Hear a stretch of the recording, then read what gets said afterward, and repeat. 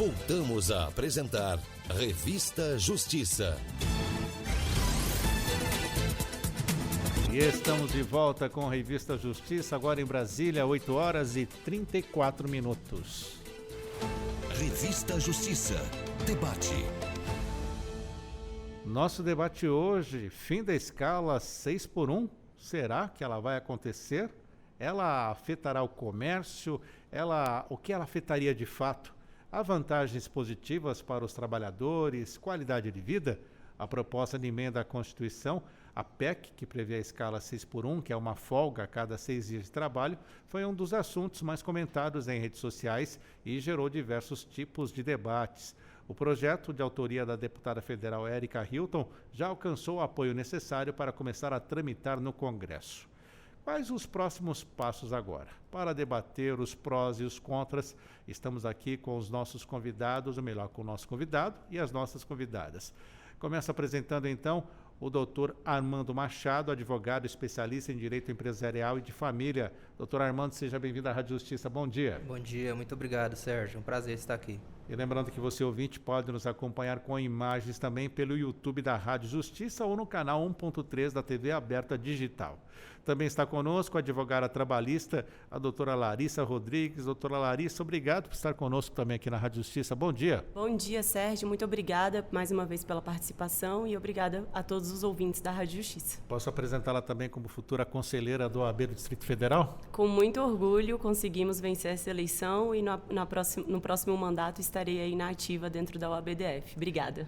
Também está conosco a representante jurídica do Sindicato dos Trabalhadores de Bares, Restaurantes e Hotéis, Bianca Torres. Doutora Bianca, bem-vinda, bom dia. Bom dia, Sérgio, obrigado pelo convite. É um prazer estar aqui representando o sindicato, os trabalhadores dessa categoria tão grande, né, que abrange tantos setores e que trabalham arduamente, diariamente, para impulsionar o comércio e, consequentemente, a economia do Brasil. A senhora tem uma ideia do universo desses trabalhadores de bares, restaurantes e hotéis? É só aqui do DF que a senhora atua, né? Sim, só do Distrito Federal. A senhora tem uma ideia de quantos são esses funcionários hoje? Quanto que emprega o setor? Ixi, é muita coisa, né? Muitos. Mas vamos lá, doutora Larissa, vamos explicar para o nosso ouvinte o que está em jogo, então, sobre as escalas de trabalho. Hoje temos várias escalas, mas muito se fala dessa 6x1, que acabou sendo que uma forma mais normal de trabalho, aquela escala mais normal, praticada entre empregador e empregado? Exatamente, Sérgio. Primeira coisa que a gente precisa entender é de quem estamos falando quando falamos e pensamos na jornada 6x1. Então, necessariamente, nós estamos falando de toda a classe trabalhadora seletista, os empregados formais com carteira assinada e que, dada a característica que nós temos na área de serviços, hotelaria, turismo, também na área de prestação de serviços, serviços gerais, por exemplo, nas empresas de terceirização, é desses trabalhadores que nós estamos falando. Vamos lá, e para o senhor, doutor Armando Machado, temos então essa situação das escalas de trabalho e as empresas, né? Como já vem consultando o senhor sobre essa possibilidade do fim dessa escala, o que o senhor pode colocar inicialmente para desenvolvermos aqui? Então, uma coisa que é importante a gente lembrar, essa não é a primeira redução que a gente teve.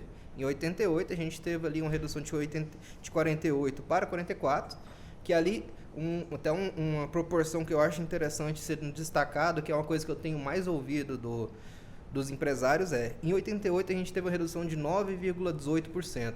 De 48 para 44. Hoje, a nossa proposta, que foi apresentada na PEC, é de uma redução para 36 horas, o que daria 19,42%, mais que o dobro da redução anterior. Óbvio, são momentos diferentes, a gente estava falando em 88, ali 11 anos antes do meu nascimento, mas que historicamente é uma época de inflação desgovernada, muita desconfiança por parte da mudança do plano de governo, mas hoje em dia, dentro de um período pós-pandêmico, de sorgimento, realmente os empresários estão no momento de finalmente conseguir estabilizar. Vim com essa surpresa, uma redução de 19% na carga horária de seus funcionários, é uma coisa que tem assustado bastante. Mas uma coisa que é interessante é que, por incrível que pareça, a grande maioria dos empresários que eu tenho conversado, nenhum é totalmente contra a redução em si.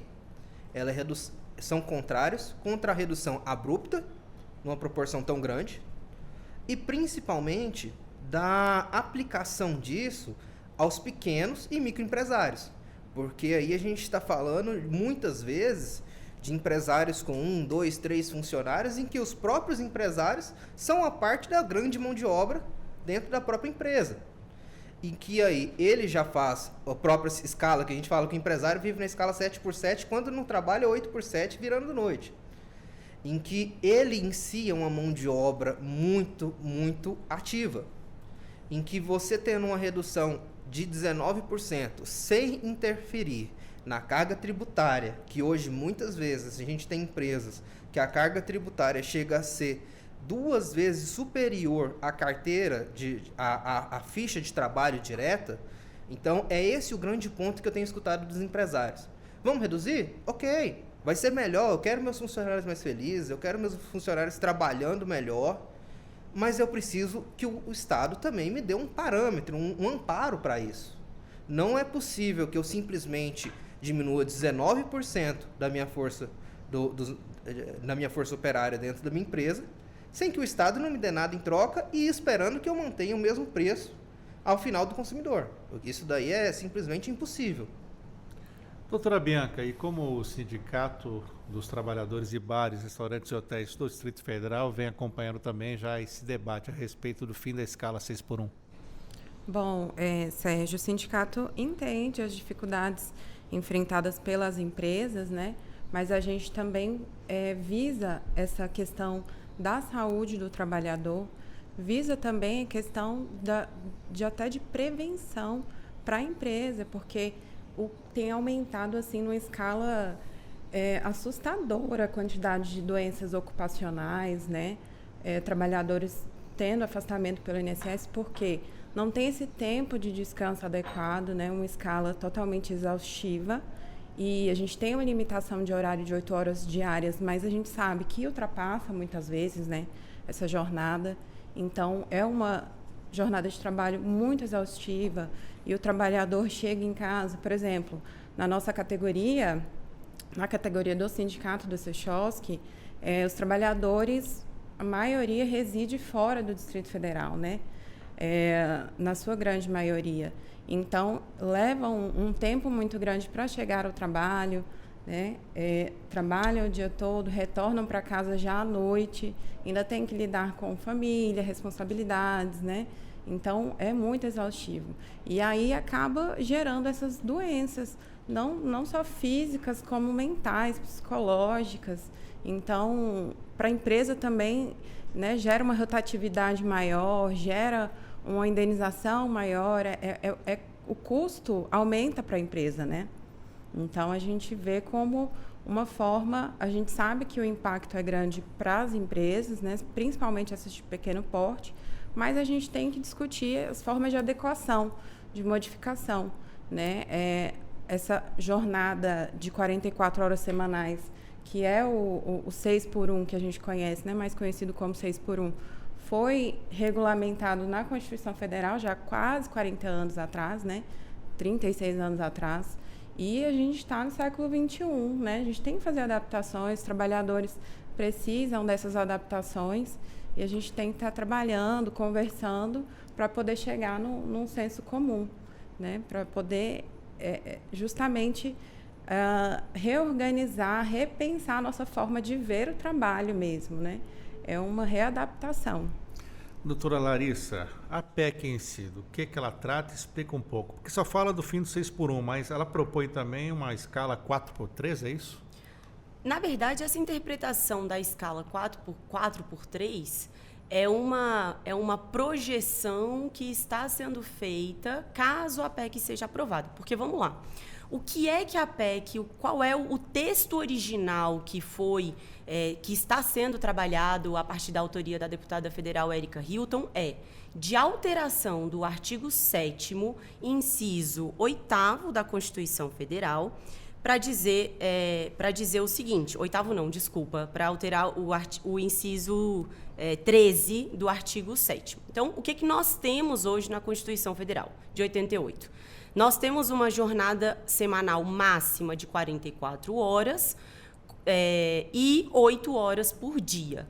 A proposta da PEC é de reduzir das 44 para as 36 horas, mantendo esse limite da jornada diária. Então, essa é a primeira proposta. Lembrando, quando a gente fala, né, sobre possivelmente uma escala 4x3, e aí 4 de trabalho e 3 de folga. Exatamente, porque aí vem aquelas discussões de o final de semana prolongado. Então, existe isso. Mas a gente tem que lembrar também, Sérgio, que hoje os sindicatos, eles têm autorização legislativa na CLT para poder estabelecer formas de compensação e trazer nas normas coletivas, nos acordos coletivos, nas convenções coletivas de trabalho, formas de compensação dessa jornada. Então, é uma possibilidade?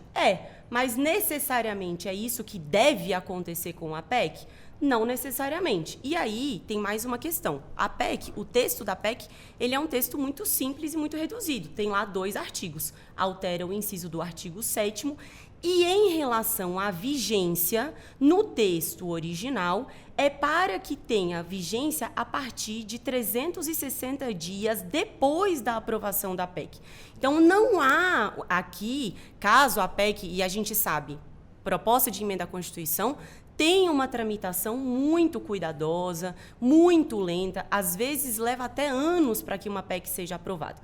E dentro dessa previsão de vigência a partir de 360 dias, ou seja, quase um ano depois, é dizer que não há aqui uma discussão que vai trazer e implementar uma mudança abrupta. Ou seja, está se dando oportunidade e tempo para que o setor empresarial, para que as categorias econômicas consigam se adequar a essa nova realidade que a PEC propõe.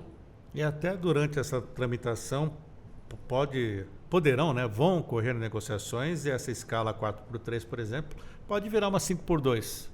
5 de trabalho e 2 de descanso. Com certeza, exatamente isso. Então, há aqui, e eu não tenho dúvidas de que, embora seja um assunto espinhoso para alguns setores da sociedade, eu não tenho dúvidas de que toda a tramitação da PEC ela vai ser acompanhada de intensas discussões, de audiências públicas, de reuniões que vão proporcionar a escuta de todos os setores da sociedade, principalmente aqueles que se veem mais impactados, né? Como, de um lado, aqui, a nossa doutora Bianca representando a categoria dos trabalhadores em turismo, comércio, restaurantes e bares.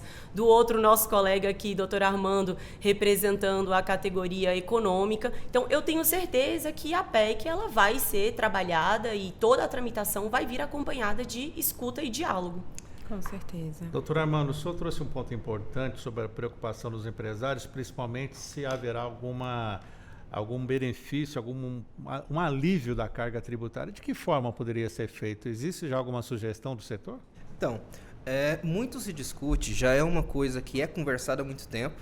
Primeira questão é uma diferenciação, que é uma coisa que eu particularmente, como pesquisador, também defendo, é uma legislação voltada aos pequenos e microempresários. Hoje a gente tem eu trouxe alguns dados para a gente apontar. A gente vive numa realidade de mais de 21 milhões de empresas ativas no Brasil, do quais dela 93,6% são micro e pequenas empresas. Isso corresponde, para você ter uma ideia, a mais de 50% do PIB do comércio. Chega a 30% do PIB total. Então, a gente está falando aqui da grande maioria, a esmagadora maioria. Porque a pauta, muitas vezes, ela põe o empresário como aquele multimilionário, aquela charge do empresário fumando charuto, pisando em cima do funcionário. Isso existe, a gente tem que combater e precisa acabar com isso. Mas essa não é a realidade da grande maioria. O que eu vejo todos os dias, eu atuo também muito com a questão do produto rural. E até esses dias atendendo um produtor que atua na área do leite, ele fala, Armando, leite é 7 dias por semana, 2 vezes por dia. Não tem feriado, não tem final de semana, não tem doença. Se eu não tirar o leite, minha vaca adoece. Eu perco minha produção. Para mim, já é difícil manter. Isso eu não estou discutindo juízo de valor, apenas contando a realidade do que é a vida de um pequeno produtor. Já é difícil manter um funcionário, um vaqueiro, para que tire o leite de segunda a sábado e que eu faça no domingo. Agora, se eu tiver que arrumar no sábado e no domingo, como é que eu vou gerir tudo o que volta, tudo o que gira em torno da minha propriedade?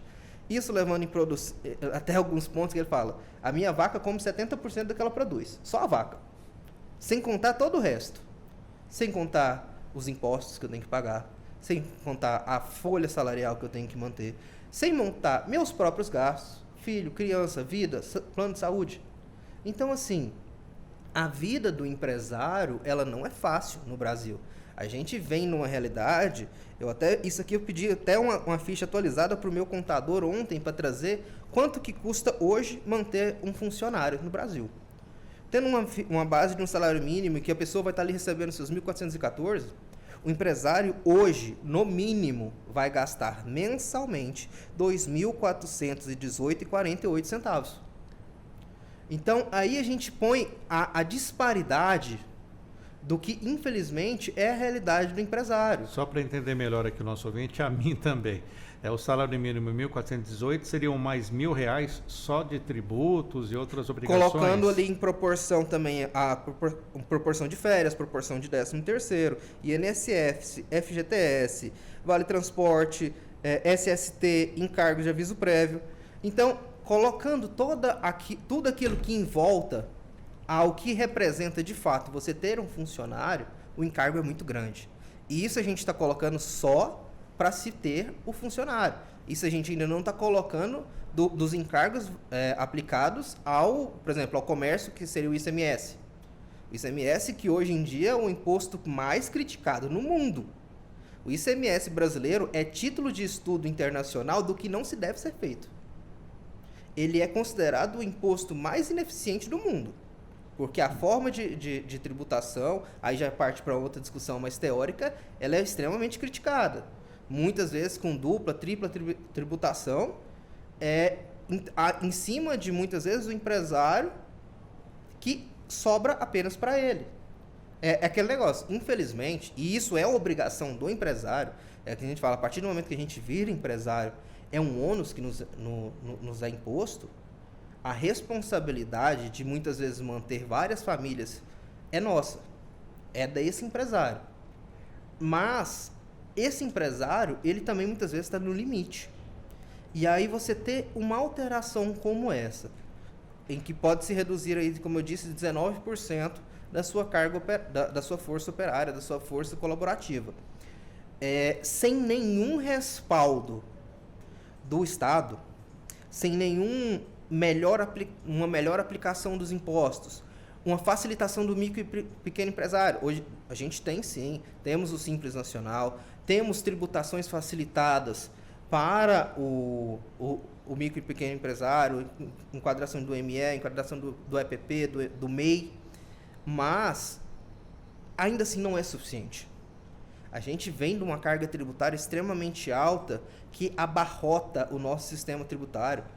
Esses dias, conversando com um amigo que acabou de tomar posse como juiz federal de Barretos, ele falando, Armando, a realidade que eu estou vendo aqui de discussão em que os empresários têm razão, porque a tributação está errada, e que eles têm que tirar do próprio bolso para arcar com isso. Ah, mas depois você busca, mas e até lá?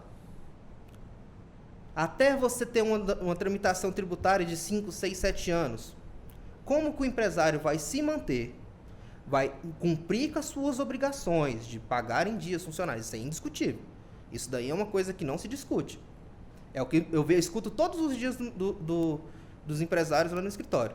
Eu deixo de pagar imposto, eu deixo de comprar coisas, eu deixo de fazer... Mas os meus funcionários têm um salário em dia porque eu não posso me dar ao luxo de atrapalhar a vida de outra pessoa. Mas e o meu respaldo? A preocupação com o meu, Sim. com a produtividade, de onde virá? Essa é a grande dúvida que resta para a gente. Doutora Bianca, com essa introdução aqui que tivemos, né, sobre o direito tributário trazido pelo doutor Armando, nós estamos aqui para debater embates, né, para um confronto. Com Mas certeza. como o sindicato também dos trabalhadores, ele pensa nessa situação dos encargos, né, o quanto existe algum consenso, alguma alternativa assim? Olha, Sérgio, eu acredito também que, conforme o doutor Armando estava falando, não pode ser feito de uma forma abrupta, porque a gente entende também que isso pode impactar no emprego, né, na empregabilidade. Mas tem que ser feito de uma forma gradativa, essa flexibilização e fazer essa adaptação de uma forma mais tranquila. Mas o sindicato apoia essa modificação, né, de uma forma gradativa, de forma que não tem impacto direto na empregabilidade. A doutora Larissa estava falando das opções de adaptação das empresas, né? Uma forma de adaptação seria também o revezamento entre os trabalhadores, né? Que seria muito bom. E a gente entende também as necessidades, mas entende as necessidades dos trabalhadores com relação a toda essa sistemática. É muito prejudicial para eles, né? Imagina, um trabalhador ter um dia de descanso na semana, né? São trabalhadores que têm uma jornada muito extensa, né? E não têm um descanso adequado, não são bem valorizados, não são bem remunerados também, né? Então, causam um estresse, gera uma propensão, né? Eles são mais propensos a ser mais agressivos no ambiente de trabalho. E aí tem a ver também com esse assédio moral que está crescendo também, né, nos ambientes de trabalho. Então, a gente prioriza a saúde do trabalhador. A gente pensa também que o trabalhador é uma fonte essencial para que a empresa funcione, né? Para o bom funcionamento da empresa. Imagina, um trabalhador satisfeito, ele é mais produtivo, ele trabalha bem, ele vai trabalhar satisfeito porque está atendendo às necessidades dele, não só de trabalho, mas da vida pessoal, né?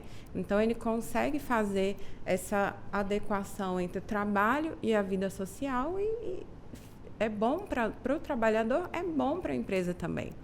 Então, o sindicato está sempre apoiando, acompanhando essa PEC, né? Inclusive, esse espaço é muito bom para a gente discutir, para ver outras perspectivas, né? Ter acesso a outras perspectivas, mas a gente está sempre apoiando essa questão para poder melhorar mesmo o ambiente de trabalho. Doutora Larissa, e a sua opinião também a respeito dessa carga tributária, também os encargos sociais, dá para buscar um equilíbrio entre jornada de trabalho e redução e também este incentivo que os empresários também buscam para aliviar os seus custos? Sérgio, eu acredito e eu tenho certeza que isso é perfeitamente possível de se fazer. Acho que um ponto relevante que o Dr. Armando, inclusive, trouxe para nós trata especificamente dos pequenos e dos micro e pequenos empresários que hoje compõem a maior parte do empresariado brasileiro, e é lógico que esse nicho da atividade empresarial precisa de ter um olhar mais específico, porque uma coisa é pensar uma empresa com 10 empregados, a outra coisa é pensar uma empresa que tem mais de 300, 400 empregados na sua folha. Isso é um aspecto. Agora, a gente também não pode esquecer que, historicamente, principalmente as grandes empresas, já têm várias isenções fiscais e estímulo à contratação e concessão de benefícios para os trabalhadores. Então, hoje, o nosso Estado, ele já é um Estado que se preocupa e olha para isso, né? Ou seja, auxílio alimentação, por exemplo, quando a empresa oferece, quando adere ao Programa de Alimentação do Trabalhador, ao PAT. E, historicamente, a gente pode voltar lá atrás e lembrar de quando diversos direitos trabalhistas foram conquistados e foram objeto de grande questionamento por parte da classe empresarial e dos setores econômicos da sociedade. A gente pode lembrar que o 13º salário, que foi implementado, foi uma conquista difícil para os trabalhadores, fruto de muita luta e de muito esforço e embate por parte da classe trabalhadora. Então, quando o 13º salário é um direito conquistado e está aí hoje garantido na nossa legislação trabalhista, também lá atrás, em 1962, foi alvo de sucessivos ataques pela classe empresarial. O que se dizia é que a implementação do 13º salário seria absolutamente desastroso para o país. Afinal de contas, se o empresário ele só arrecada 12 meses no ano, como é que ele vai pagar um 13º salário? E isso não aconteceu. As empresas aderiram a isso, se adequaram a isso, se adaptaram, e hoje nós temos um direito que é consolidado e garantido e que não foi, de maneira alguma, uma questão que levou as empresas ao fracasso econômico, à queda abrupta de lucro e boas condições de se sustentar na sociedade, né? Então, acho que o debate da escala 6x1, de alteração da Constituição Federal, ela nos demanda refletir sobre direitos trabalhistas historicamente conquistados e que foram objeto de ataque nesse aspecto econômico. E aproveitando até amanhã, que é o Dia da Consciência Negra, eu voltaria até mais atrás, né? Como foi a reação dos fazendeiros com o fim da escravatura, né?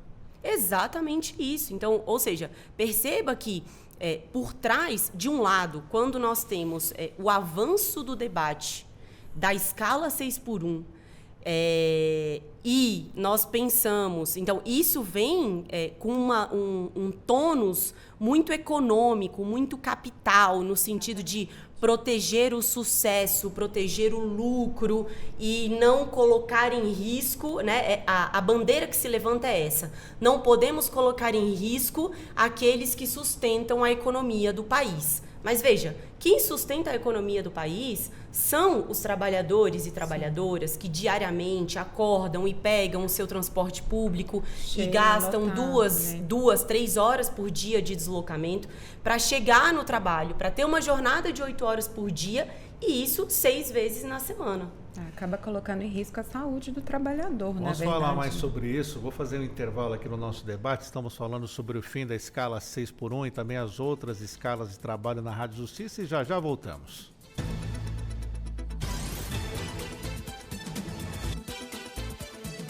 Estamos apresentando Revista Justiça.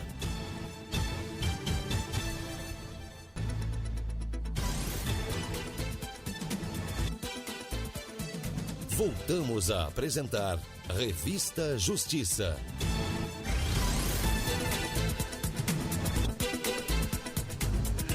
E já estamos de volta com a Revista Justiça, terceira e última hora. Hoje é terça-feira, 19 de novembro de 2024, 9h06. Revista Justiça. Debate. Debate de hoje falando sobre a redução da jornada de trabalho. Temos uma PEC tramitando, de autoria da deputada federal Érica Hilton, do pessoal de São Paulo, que traz o fim da escala 6x1, 6 dias de trabalho por 1 de descanso. Estamos aguardando aqui a tramitação desta proposta e estamos aqui já debatendo os possíveis efeitos dela. Estamos aqui com a advogada especialista em Direito Empresarial de Família, Armando Machado, também a advogada trabalhista Larissa Rodrigues e ainda a representante jurídica do Sindicato dos Trabalhadores de Bares, Restaurantes e Hotéis, Bianca Torres. Doutor Armando Machado, só tem uma pergunta, então, para fazer aqui para a doutora Bianca Torres. Então, vamos abrir assim essa rodada de um pergunta para o outro, né? Qual é a sua dúvida, então, como advogado dentro do direito empresarial para a doutora Bianca? Sim. Hoje, até por questão de convenção coletiva, né, vejo que a grande parte, principalmente da rede hoteleira, trabalha muito na jornada de 12x36. Minha dúvida é sobre como que o sindicato tem se manifestado sobre isso, como que os trabalhadores, e às vezes por ter essa ligação direta, como que os próprios empresários de dentro desse ramo tem falado sobre essa jornada e como que essa PEC poderia interferir dentro desse mercado. Bom, doutor Armando, a jornada 12x36 tem previsão na nossa convenção coletiva, né? Pelo menos na nossa categoria tem essa previsão. E a rede de hoteleira geralmente faz a adaptação dessa jornada, faz a aderência dessa jornada junto aos trabalhadores. Mas para a adequação dessa jornada 4x3, mesmo que alterasse para 12x36, que é o que muitos empresários estão comentando, né? Caso fosse alterado, alteraria a jornada dos trabalhadores para 12x36, mesmo assim ultrapassa a quantidade de horas que deveria atingir, né? E aí é algo que a gente pode flexibilizar, conversar por meio de acordo coletivo, né? Teria que ter um embate maior entre o sindicato e os empresários, os trabalhadores, para poder fazer essa adequação. Essa jornada 12x36 acaba superando o limite de horas que a PEC traz, é isso? Sim, sim. Que a jornada 12x36, ela daria aí em torno de 42 horas, enquanto a PEC traz 36. Doutora Larissa, por favor. Eu acho que a gente tem uma questão importante, Sérgio, que é o seguinte. Estamos e vivemos um contexto de diferentes e novas formas de relações trabalhistas. Então, lá atrás, como o doutor Armando mencionou no início, né, a Constituição Federal de 88, ela já trouxe uma redução da carga horária semanal de 48 para 44 horas. Nós viemos avançando em outras formas. A reforma trabalhista em 2017 foi um grande marco que endossou precarização das relações de trabalho. Isso é um ponto muito importante. Autorizou o trabalho intermitente, que até hoje ninguém entende muito bem exatamente o que é e como operacionalizar isso. A jornada 12x36 hoje, ela já é uma realidade em muitas categorias profissionais, não só na área de serviços, mas também na área de vigilância, na área de, enfim, em algumas áreas isso já é uma realidade. E o que nos pauta hoje, pelo menos a meu ver, o que pauta e o que deve pautar esse debate de uma alteração, de uma diminuição da jornada semanal de trabalho, é uma questão de proteção ao trabalhador. Porque, veja, aquela música do Titãs, eu acho que ela traz uma reflexão para a gente sobre isso, né? A gente não quer só dinheiro, a gente quer comida, diversão e arte. Então, não basta que o trabalhador ele esteja num vínculo formal e tenha uma jornada extenuante, porque a jornada 6x1, ela é, do ponto de vista científico, uma forma de esgotamento dos trabalhadores.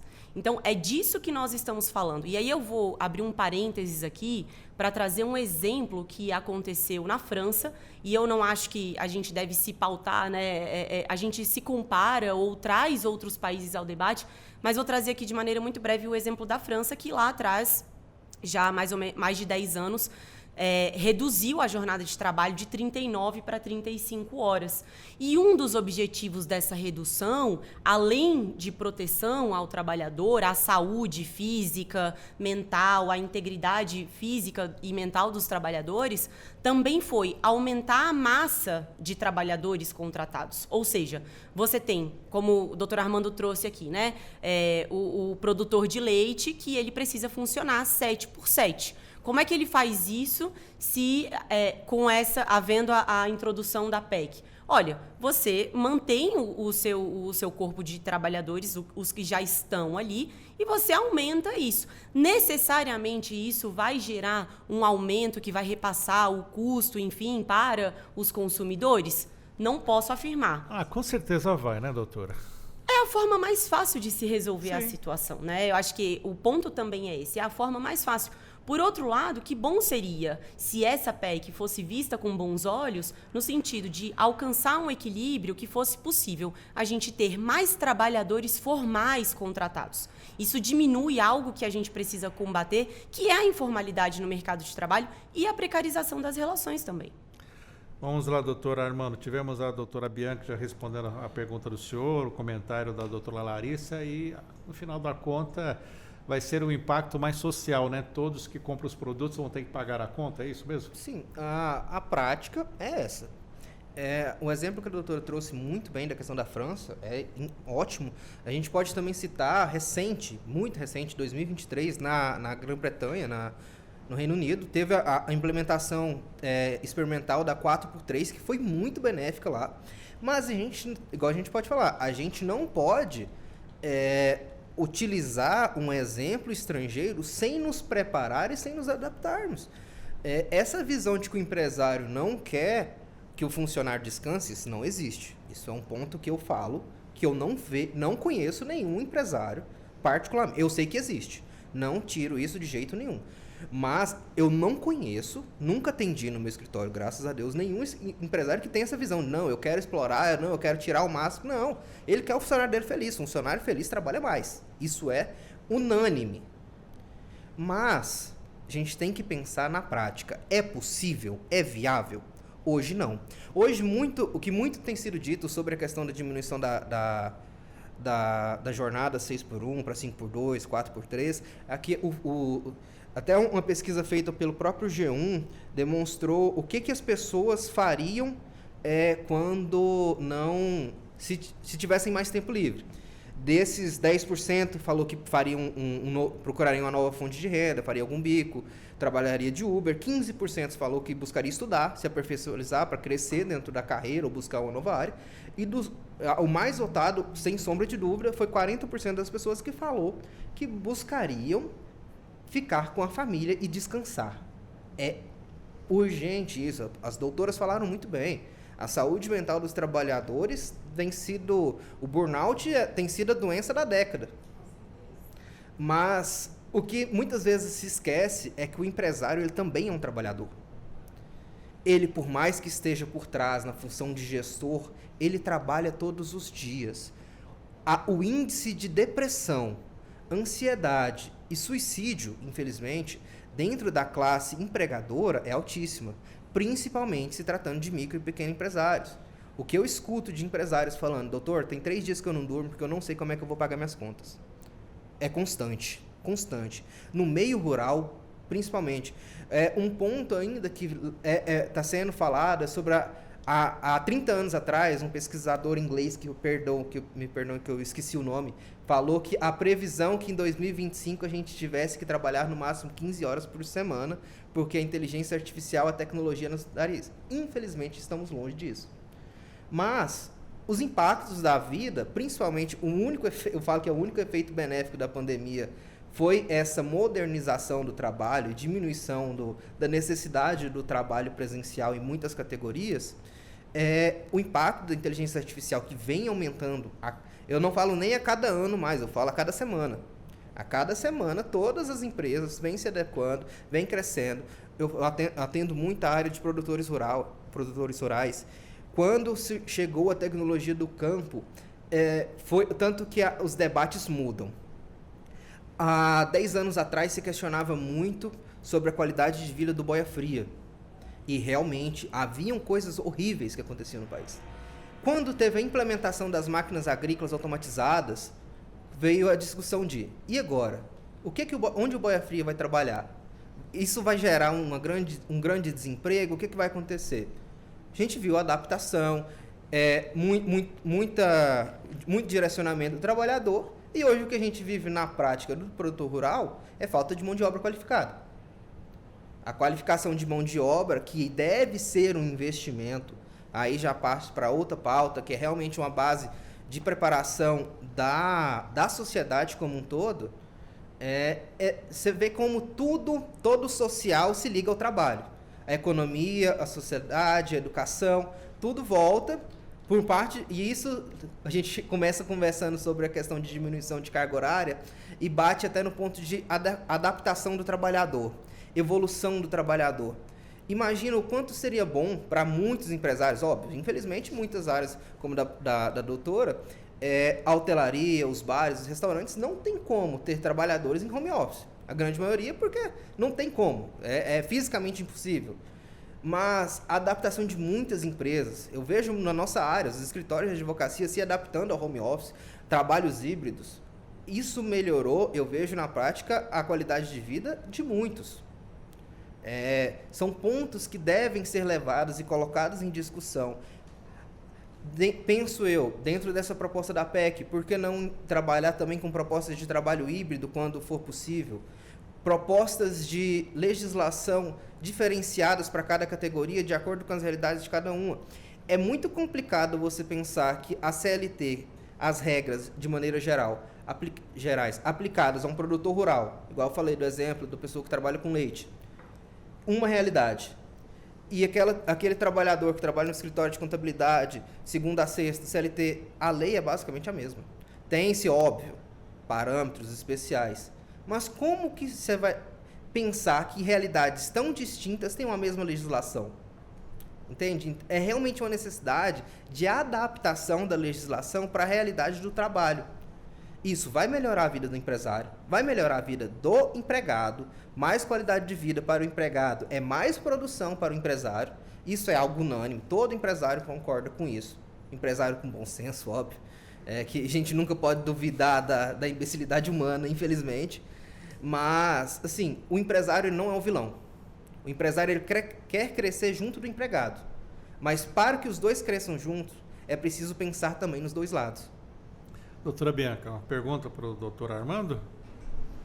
Bom, doutor, como o meio empresário está pensando em fazer essa adaptação para atingir o bem-estar dos trabalhadores?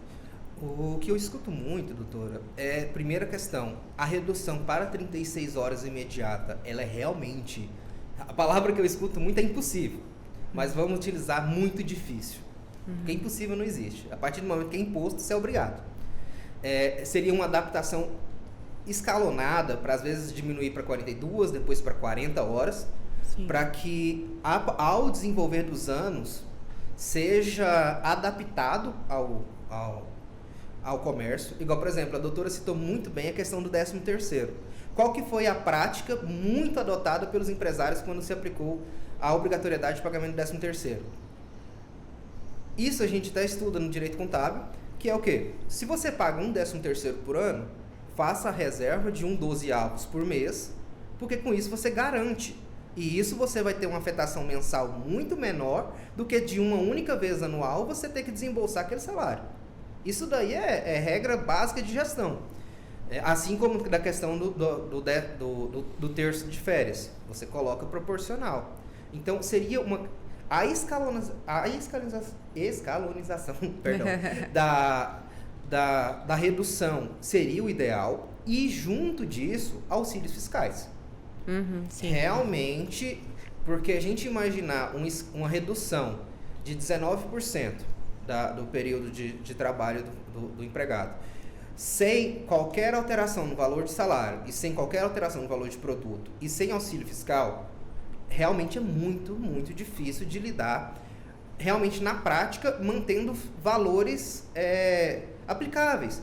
Porque, infelizmente, até uma coisa que eu vim conversando... Um pouquinho mais perto. Perdão, doutor. Perdão. Conversando sobre isso, o que vai adiantar na prática.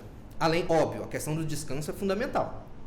A pessoa ter mais tempo para socializar, viver, buscar o turismo, se o preço do produto vai estar tão alto que o salário dela vai impossibilitar que ela tenha acesso. Isso é um ponto que deve ser levado em consideração. Com toda certeza, ter mais tempo para descansar é fundamental. É algo que deve ser incentivado.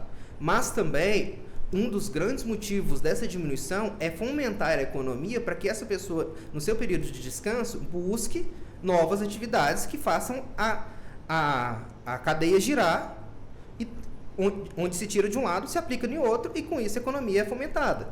Mas se o produto que esse empregado vai buscar está tão alto, que ele vai ficar limitado a ficar em casa porque ele não vai ter dinheiro para comprar, e ele não vai ter dinheiro para ter lazer, para ter acesso ao turismo, para viajar, para ir no restaurante, qual é o sentido, além, óbvio, do descanso, que é fundamental, que deve ser incentivado, da suposta fomentação da economia, se não vai ter na prática? Porque o produto não vai ser alcançado. E se o produto não é alcançado, ele não vende. E se ele não vende, a economia para. Doutora Larissa, por favor. Peraí, rapidamente um comentário, que nós vemos também nessa escala 6x1, que normalmente o trabalhador, quando para nesse dia de folga, ele fica em casa, né? Está tão extenuado, tão cansado, que não faz esse giro da própria economia, a cultural, a artística, por exemplo, né, doutora Larissa? É exatamente, Sérgio. Então, vamos lá. Se a gente pega a realidade dos trabalhadores que hoje têm jornada 6x1, o que é que muitas vezes a gente acaba acontecendo? Bom, uma vez por semana que esse trabalhador vá usufruir da sua folga, geralmente isso é o dia em que muitos estabelecimentos estão fechados. Então, logo, ele vai permanecer na residência dele sem fazer girar a cadeia ou sem circular, ajudar a circular a economia, como o doutor Armando mencionou. Isso já é um ponto para a gente considerar. Porque, veja, essa pessoa que fica em casa naquele dia em que a maior parte do comércio está fechado, o que é que ela vai fazer se não permanecer na residência dela? Esse é um aspecto. 2, quando a gente fala na jornada de 6x1, a gente está pensando o quê? O tempo de deslocamento que o trabalhador gasta para ir e voltar do seu trabalho. Isso já facilmente isso se transforma em 11, 12 horas por dia. Ou seja, o dia inteiro daquele trabalhador é destinado ao trabalho. Que horas essas pessoas fazem coisas básicas do nosso cotidiano?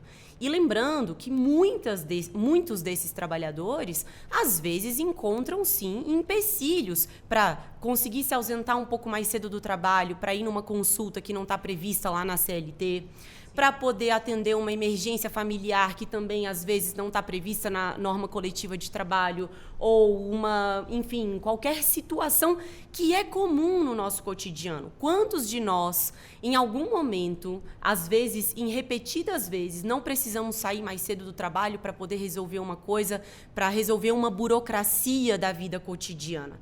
Então, o fim da jornada 6x1 também significa dar tempo para que a classe trabalhadora consiga ter tempo de se dedicar para as pequenas burocracias da nossa vida civil. Não só fazer girar a economia, mas poder viver de maneira digna, de maneira que a gente tenha mais qualidade de vida. Ainda que isso, num primeiro momento, não signifique aumento salarial ou aumento de benefícios, mas pequenas coisas do dia a dia, né? O senhor também afirmou que teme que isso traga mais informalidade ao trabalho, essa escala nova? E digo mais, além da informalidade, uma grande parte dos empresários tem falado que a solução vai ser contratar a PJ.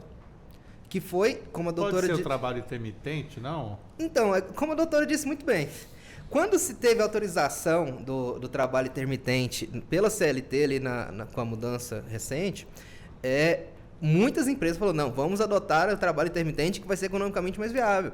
Mas o que a gente viu na prática foi que as próprias empresas não souberam lidar com isso e voltaram para as regras normais, as regras antigas, tanto que do meu conhecimento, boa parte que eu atendi, dos que tentaram aderir ao trabalho intermitente, não souberam se adaptar porque a legislação não é clara sobre o que deve e o que não deve.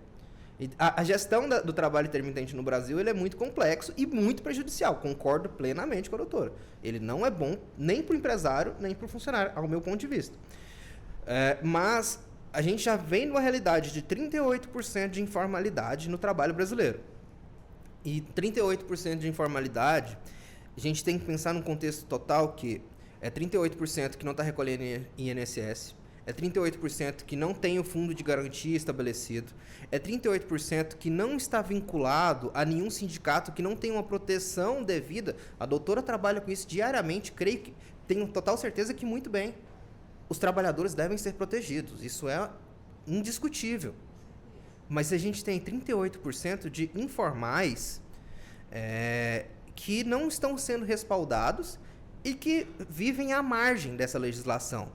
e que essa ausência, as doutoras que atuam diariamente na Justiça do Trabalho sabem a grande quantidade, a massiva quantidade de reconhecimento de vínculo que se existe diariamente, pedido de reconhecimento de vínculo dentro da Justiça do Trabalho. E a tendência é que, se for feita de forma despreocupada, de forma relaxada, o que eu creio que não vai acontecer, é muito grande. Coisa que, até um ponto que discordamos, eu e a doutora, é sobre a questão, por exemplo, da PEC das domésticas. Muito se discute sobre o efeito prático que ela nos trouxe.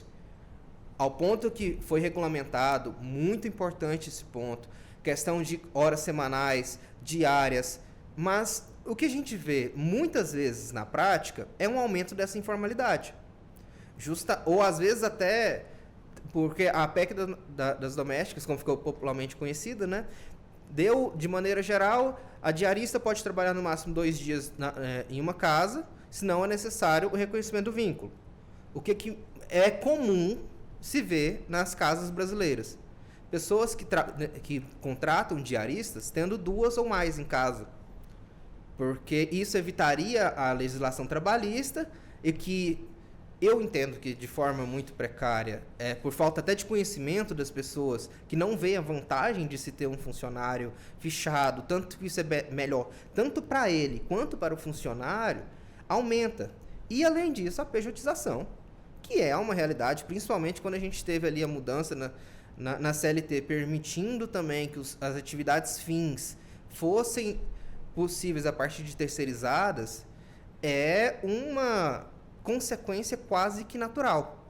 Termos, além das atividades fins, jornadas de trabalho contratadas por PJ, que não são regulamentadas, porque você tem aquela questão da liberdade contratual. Então, assim, eu creio que é um efeito natural que, caso feito de forma desregulada e sem o controle devido, vai afetar todo o mercado de trabalho. Sim. E toda a cadeia produtiva. Doutora Bianca, por favor, qual o comentário que a senhora faz a respeito dessa colocação do doutor Armando? Daqui a pouco a doutora Larissa fala. Assim, com relação a essa questão, doutor, acredito que a gente tem que pensar nessa flexibilização, né?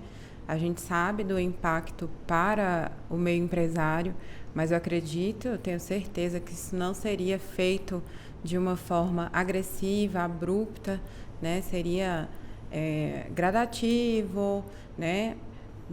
Para que isso não impactasse todo o meio econômico também, né? Mas a gente pensa que isso seria muito vantajoso para ambas as partes, né?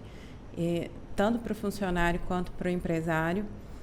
Isso deveria acontecer e acredito que isso possa ser, inclusive com o sindicato conversado, a melhor forma de resolver seria através de negociações, né, de muitos embates entre o Sindicato dos Trabalhadores e o meio empresário para poder chegar a um consenso. Doutora Larissa, por favor, a senhora acredita que teremos mais informalidade, assim como foi sugerido aqui, que pode acontecer para o doutor Armando? Sérgio, eu acho que pensar a informalidade hoje, ela não significa só pensar no fim ou não da jornada 6x1. Acho que ao longo dos últimos anos e a uberização, né, como é o fenômeno que ficou conhecido dentro o trabalho plataformizado, que por si já é um trabalho precarizado, não me parece, pelo menos nesse primeiro momento, que o fim da jornada 6x1 necessariamente vai fazer aumentar o fenômeno da informalidade, da uberização, da plataformização.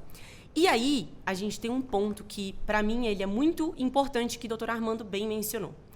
A partir do momento que a gente passa a ter condições, né, fomentar condições para precarizar a classe trabalhadora, e aí você tem um aumento no fenômeno da pejotização, isso também vem acompanhado, como o doutor Armando mencionou, de um aumento nas reclamações trabalhistas pedindo reconhecimento do vínculo de emprego. Então, isso significa que, embora para o empresariado fique mais caro e menos atrativo formalizar a mão de obra, formalizar o vínculo de emprego, em algum momento a conta chega. E isso é algo que precisa ser pensado. Quando a gente traz essas discussões sobre conquista de direitos trabalhistas versus o sucesso do empresariado, que é o que faz a economia girar, num primeiro momento, o que se pensa é necessariamente para que o país funcione, o empresário ele precisa ser bem-sucedido. E eu disse aqui um pouquinho mais cedo que essa não é exatamente a verdade absoluta das coisas, porque não existe sucesso empresarial sem mão de obra valorizada e reconhecida. E aí a gente pensa, só para poder fechar aqui as minhas considerações sobre esse aspecto, o que é que se busca primeiro, né? Acho que essa é uma pergunta que ela vem de maneira recorrente, quase como um ciclo vicioso. Ou seja, primeiro você alcança o progresso econômico, financeiro, para depois pensar em padrões trabalhistas, para depois pensar na proteção do trabalhador, ou a gente precisa caminhar e equilibrar isso de maneira que seja seguro para a classe trabalhadora se colocar e executar as suas atividades de maneira não precária. Me parece que o ponto não é só pensar, primeiro precisamos assegurar uma estabilidade econômica absoluta, o sucesso do empresariado, para depois a gente pensar em formas de proteger os trabalhadores, porque essa conta ela nunca fecha. Vamos pensar, os bancos, hoje em dia, os bancos têm uma jornada de 5x2. Alguém já ouviu falar num banco que quebrou porque a jornada é 5x2? Pelo contrário. O período da pandemia, que foi algo extremamente difícil para os micro e pequenos empresários, foi um momento de muito sucesso para os grandes bancos, que aumentaram o seu lucro em não sei quantos %, mas aumentaram. Então, não me parece que não é justo penalizar penalizar a classe trabalhadora sobrepondo a necessidade do empresariado, da simples adequação e da simples inviabilidade. O discurso da inviabilidade para que os empregadores consigam implementar isso, ele não se sustenta, porque é perfeitamente possível que a gente avance em proteções mínimas para a classe trabalhadora, estabelecendo critérios e formas e entendendo os cenários específicos de cada um dos ramos do setor econômico da sociedade. O contrato intermitente funcionaria também como alternativa ou não? E poderia explicar para o nosso ouvinte como é que funciona? O trabalhador vai só quando é requisitado? Seria uma alternativa para suprir justamente essa falta desse trabalhador que vai folgar 2 dias? Sérgio. Acho que seria uma opção, né, doutora? Seria uma opção, Sérgio. Mas, assim, tem que ser tudo muito bem pensado, né, previamente, para não ter direitos violados. Me parece que, na origem, quando o trabalho intermitente ele passou a ter lugar na CLT em 2017, são muitas lacunas que ainda pairam sobre o trabalho intermitente. Mas, na origem, há um consenso de que é uma forma precária da contratação de trabalho. Porque, veja, nós estamos falando, o que é o trabalho intermitente? O trabalho intermitente, ele é um trabalhador formal, ele tem a carteira assinada. Mas ele não tem uma jornada de trabalho fixa. O salário dele, como que é? O salário dele é calculado de acordo com aquilo que ele executa. Existe o mínimo. Exatamente. Então, o que acontece? Então, você pode ter a carteira assinada num contrato de trabalho intermitente e você só vai trabalhar ali 2 dias por semana, digamos que seja isso. Ou, mediante requisição e necessidade daquele empregador. E tudo dele, 13º, aviso prévio, FGTS, todos os encargos são calculados sobre aquele tempo que ele trabalhou, que não se sabe qual é. Ou seja, numa lógica de expansão do contrato de trabalho intermitente, a gente pode pensar que um mesmo empregado, um mesmo trabalhador, ele pode ter 3, 4 contratos de trabalho intermitente, né? Então, existe sim, mas por trás do contrato de trabalho intermitente, um consenso de que é uma forma de precarizar as relações de trabalho. Doutor Armando, por favor. Então, o ponto principal do que eu vejo como a minha grande crítica ao trabalho intermitente: controle de qualidade e controle de escala. é muito difícil você pensar que, por exemplo, você vai ter o funcionário, na teoria é simples, né? Você vai colocar o trabalhador normal trabalhando de segunda a sexta e você contrata alguém em trabalho intermitente para trabalhar esses dias de folga. A teoria é essa, mas você tem que pensar na prática. Esta pessoa, como é difícil você manter controle de qualidade, isso é normal. Todo mundo, quando tem uma contratação, todo mundo, quando é contratado, tem um período de experiência, de adaptação para aprimoramento dentro da realidade daquela empresa e o que precisa ser feito. Isso é uma das grandes realidades da empresa. O que é uma das coisas que os empresários muito se queixam? É muito difícil achar funcionário que se adeque à realidade de necessidade de produção daquela empresa.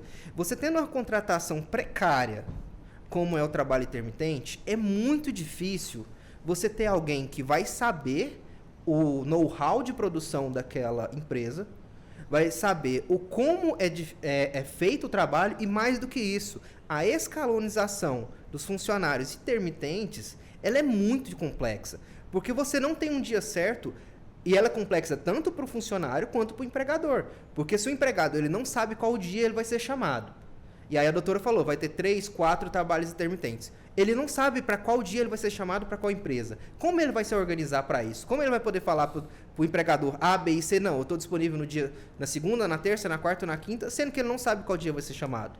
E isso para o empregador é um problema real, porque se ele não tem alguém de confiança para suprir a necessidade daquela demanda e que vai saber fazer o trabalho que é necessário, se torna um trabalho precário que atrapalha a empresa e o empregador. Então, ao meu ponto de vista, creio que da forma como é hoje, o trabalho intermitente não seria uma solução. Na verdade, seria um tapa-buraco que vai fazer um buraco muito maior. Pois não? Posso fazer uma colocação aqui, Sérgio? Por favor, para finalizarmos. Até com relação ao trabalho intermitente, né? Eu tive várias clientes que que aderiram a essa modalidade junto às empresas e que, por exemplo, quando entravam num período em que poderiam pedir a licença maternidade, né? Elas tinham que fazer a complementação dos encargos previdenciários para poder conseguir fazer da entrada no benefício. Por quê? Porque o que era recolhido ali não atingia o suficiente para que ela pudesse ter direitos. Até para fins de aposentadoria, para tudo, né? Sim, né? Exatamente. O trabalhador fica totalmente desamparado até na Previdência Social. Infelizmente, o nosso tempo já está esgotado. Quero agradecer as considerações finais. Começo agradecendo a doutora Larissa Rodrigues, advogada trabalhista. Muito obrigado por estar conosco aqui na Rádio Justiça. Sérgio, muito obrigada. Eu que agradeço também aqui aos meus companheiros hoje de debate. É sempre um prazer poder estar aqui e falar de assuntos que são tão relevantes para a classe trabalhadora. E sim, precisamos falar do fim da jornada 6x1. Obrigada pela oportunidade. Agradeço também ao doutor Armando Machado, advogado especialista em Direito Empresarial de Família. Obrigado por estar conosco aqui pela primeira vez na Rádio Justiça, doutor Armando. Eu que agradeço, Sérgio. Agradeço as doutoras, doutora Larissa, que inclusive mudou uma opinião minha. É por isso que eu sou super a favor de debates, porque fechar a mente é um obstáculo da sociedade. E os debates são necessários justamente para a gente encontrar meios termos, ver o que a gente está certo, o que a gente está errado e encontrar o que é melhor para o futuro da sociedade. Muito obrigado. Agradeço também a doutora Bianca Torres, representante jurídica do Sindicato dos Trabalhadores de Bares, Restaurantes e Hotéis. Doutora Bianca, muito obrigado. Eu que agradeço, Sérgio, pela oportunidade, pelo convite. A gente defende o fim da escala 6x1 para que a gente tenha uma sociedade mais justa, mais saudável a longo prazo, né? Muito obrigado mais uma vez aos nossos convidados. Lembrando que esse debate ele foi transmitido pelo YouTube da Rádio Justiça, também pelo canal 1.3 e vai ficar disponível também para ser assistido lá no canal da Rádio e TV Justiça no YouTube. 9h41, intervalo, na volta, o nosso giro de informações do Poder Judiciário Brasileiro. Até já.